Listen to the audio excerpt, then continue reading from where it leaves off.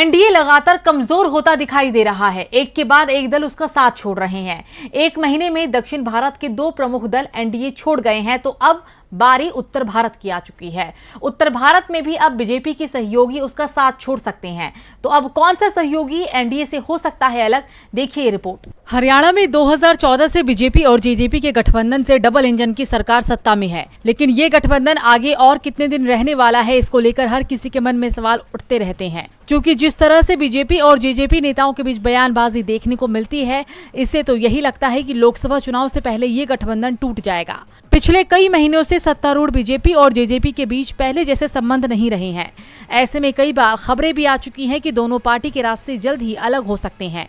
तो वहीं अब बीजेपी के सीनियर नेता बीरेंद्र सिंह ने कहा है कि अब जेजेपी के साथ बीजेपी अगला चुनाव नहीं लड़ेगी। उन्होंने कहा कि ये गठबंधन भाजपा के खिलाफ ही हो गया है और मुझे लगता है कि अब भाजपा जेजेपी को और बर्दाश्त नहीं करेगी। अगर भाजपा और जेजेपी का गठबंधन बना रहता है तो इससे भाजपा को कोई फायदा नहीं होने वाला है। अगर भाजपा गंवाने की स्थिति में ही रहना चाहती है तभी यह गठबंधन बरकरार रह सकता है। मैंने इस बारे में लीडरशिप से बात की है।